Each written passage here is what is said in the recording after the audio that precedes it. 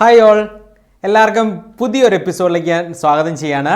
Smart plus ആപ്പിൻ്റെ leads academy ട്യൂഷൻസിൻ്റെ smart plus ആപ്പിലേക്ക് ഒരിക്കൽ കൂടി എല്ലാവരെയും സ്വാഗതം ചെയ്യുന്നു. നമ്മൾ കഴിഞ്ഞ ക്ലാസ്സിൽ നമ്മൾ പറഞ്ഞതായിരുന്നു the snake and the mirror.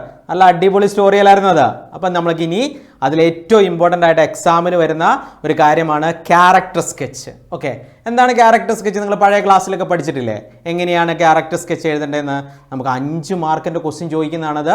അപ്പോൾ നല്ല ഇമ്പോർട്ടൻ്റ് ആയിട്ട് നമുക്ക് ഈ ഒരു ഇതിൽ പഠിക്കാനുള്ള ഒരു ക്യാരക്ടർ സ്കെച്ചാണ് character sketch of the homeopath. അപ്പോൾ എങ്ങനെയാണ് ഒരു ക്യാരക്ടർ സ്കെച്ച് എഴുതേണ്ടത് നമുക്ക് നോക്കാം. അപ്പോൾ ഇതൊരു എക്സാമ്പിളായിട്ട് കൊടുത്തിരിക്കുന്നതാണ്. അപ്പോൾ നമ്മൾ ഏതൊരു ക്യാരക്ടർ സ്കെച്ച് കിട്ടിക്കഴിഞ്ഞാലും നിങ്ങൾ ആദ്യം ചെയ്യേണ്ടത് ആ ക്യാരക്ടറിനെ ഇൻട്രൊഡ്യൂസ് ചെയ്യാണ് വേണ്ടത്. അപ്പോൾ ഇവിടെ the homeopath, the protagonist in the story, the snake and the mirror, written by Vaikom Muhammad Basheer. Okay, അപ്പോൾ ക്യാരക്ടറിൻ്റെ പേര് പറയുക. ക്യാരക്ടർ പ്രോട്ടഗോണിസ്റ്റ് ആണ്, മെയിൻ ക്യാരക്ടർ ആണെങ്കിൽ അത് പറയുക. അതിനുശേഷം സ്റ്റോറിയുടെ പേര് പറയുക, അതിനുശേഷം റൈറ്ററുടെ പേര് പറയുക. അങ്ങനെ വേണം നിങ്ങളെല്ലാം ഇൻട്രൊഡ്യൂസ് ചെയ്യാൻ. ഓക്കെ, എല്ലാം അങ്ങനെ വേണം ഇൻട്രൊഡ്യൂസ് ചെയ്യാനായിട്ട്. അപ്പോൾ the homeopath, the protagonist in the story, the snake and the mirror, written by Vaikom Muhammad Basheer.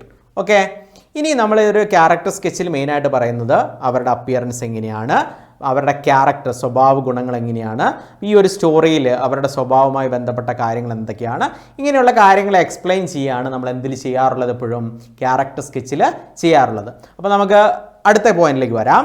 Homeopath doctor had just started a medical practice and he could not earn much. Okay, അപ്പോൾ നമ്മൾ നേരത്തെ പഠിച്ചതാണ് the homeopathy doctor had just started medical practice. ഇപ്പോൾ പുതിയതായിട്ട് തുടങ്ങിയിട്ടേ ഉള്ളൂ. അതുകൊണ്ട് തന്നെ അദ്ദേഹത്തിന് എന്തില്ല, കാര്യമായ ഏർണിംഗ് ഒന്നുമില്ല. He had to rent a poor rat infested house without even the facility of electricity. അപ്പോൾ അദ്ദേഹം അതുകൊണ്ട് തന്നെ ഒരു റാറ്റ് ഇൻഫെസ്റ്റഡ് പുവർ റെൻറ്റഡ് റൂമാണ്. ആ റെൻറ്റഡ് റൂമിൽ എന്തിൻ്റെ ഫെസിലിറ്റി ഇല്ല, ഇലക്ട്രിസിറ്റി ഇല്ല. He was A great admirer of beauty. ഇനി അദ്ദേഹത്തിൻ്റെ അടുത്തൊരു പ്രത്യേകത എന്ന് പറഞ്ഞാൽ എന്താ, അദ്ദേഹം തൻ്റെ ബ്യൂട്ടിയെ ആരാധിക്കുന്ന, അഡ്മയർ ചെയ്യുന്ന ഒരാളാണ്. He believed himself as handsome. അദ്ദേഹം തന്നെ ഒരു ഹാൻസം ആയിട്ടാണ് കാണുന്നത്. ഇനി അടുത്തെന്താ, he wish to keep a smile always to look better. എപ്പോഴും ഒരു keeping a smiling face to look better. He wanted to marry a woman doctor who had plenty of money and a good medical practice. അപ്പോൾ നമ്മളത് സങ്കല്പത്തെക്കുറിച്ചൊക്കെ പറഞ്ഞ ഓർമ്മയില്ലേ? Okay, അപ്പോൾ ഒരു woman ഡോക്ടറിനെയാണ് കല്യാണം കഴിക്കേണ്ടത്. ആ പ്ലെൻറ്റി ഓഫ് മണി വേണം, ഗുഡ് മെഡിക്കൽ പ്രാക്ടീസ് ആയിരിക്കണം. And he also want a fat wife so that whenever he would make a mistake his wife would not able to catch him. അപ്പോൾ ഒരു fat lady ആയിരിക്കണം. Mistake പറ്റിക്കഴിഞ്ഞാൽ എന്താണ്, ഓടിച്ചിട്ട് തല്ലാൻ പാടില്ല. The doctor had admirable patience and presence of mind. ഇദ്ദേഹത്തിൻ്റെ ക്യാരക്ടറിൻ്റെ ഏറ്റവും വലിയ സ്പെഷ്യാലിറ്റി ആയിട്ട് ഞാൻ അന്ന് ക്ലാസ്സിലും പറഞ്ഞിരുന്നു, ഓർക്കുന്നുണ്ടാവും നിങ്ങൾ. അദ്ദേഹത്തിൻ്റെ ഒരാണ് admirable patience and presence of mind. നല്ല ക്ഷമയുണ്ട്, പിന്നെ clarity of mind, presence of mind ഉണ്ട്.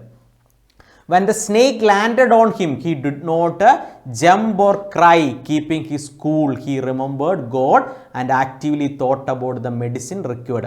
അപ്പം അദ്ദേഹത്തിൻ്റെ പേഷ്യൻസിനെ കാണിക്കുന്നതാണ്. When the snake landed on him, he did not jump or cry. And at the time, he thought about God. Okay. And his presence of mind shows that he actively think about the medicine required in the case the snake bit him. Okay, ഈ 2 കാര്യങ്ങൾ കാണിക്കുന്നത് അദ്ദേഹത്തിൻ്റെ 2 ക്വാളിറ്റിയാണ്. ഒന്ന് പേഷ്യൻസും presence of മൈൻഡും. ഇനി അടുത്തത്, his arrogance turn into modesty after his encounter with the snake. അപ്പോൾ അദ്ദേഹത്തിൻ്റെ അരഗൻസ്, അഹങ്കാരം എളിമയായി മാറിയപ്പോൾ ഈ ഒരു സ്നേക്കുമായിട്ടുള്ള എൻകൗണ്ടറിന് ശേഷം.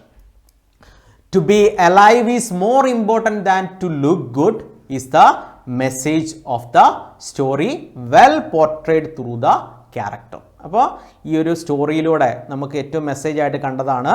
ആ മെസ്സേജ് ഈ ക്യാരക്ടറിലൂടെ നല്ല രീതിയിൽ അവതരിപ്പിക്കുന്നുണ്ട്, പോർട്രേറ്റ് ചെയ്യുന്നുണ്ട്.